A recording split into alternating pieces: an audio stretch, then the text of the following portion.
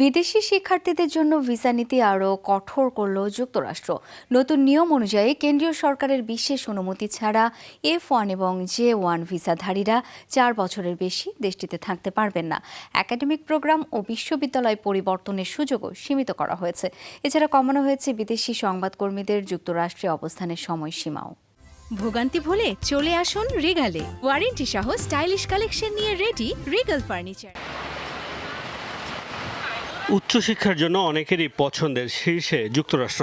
খ্যাতনামা বিশ্ববিদ্যালয়ে অধ্যয়নের জন্য প্রতি বছর মার্কিন মুলুকে পাড়ি জমান হাজার হাজার বিদেশি শিক্ষার্থী।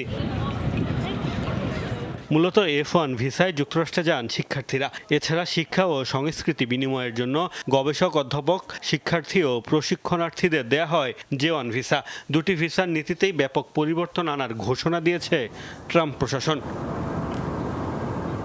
এতদিন এসব ভিসাধারীরা ডিউরেশন অব স্ট্যাটাস শর্তে যুক্তরাষ্ট্রে প্রবেশের অনুমতি পেতেন। ফলে ডিগ্রি সম্পন্ন না হওয়া পর্যন্ত পেতেন দেশটিতে অবস্থানের সুযোগ।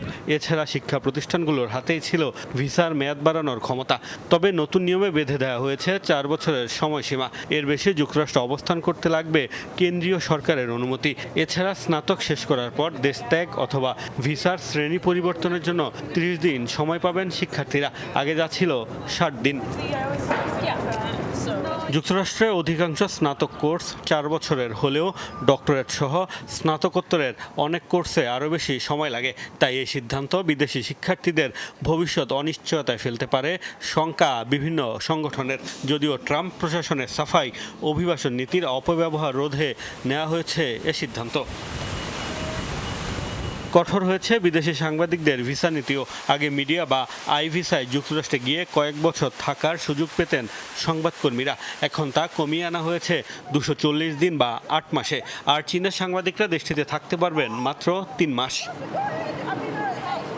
নতুন নিয়ম কংগ্রেসে পর্যালোচনা সাপেক্ষে আগামী সেপ্টেম্বর থেকে কার্যকর হবে। মোস্তফা মাহমুদ, যমুনা নিউজ।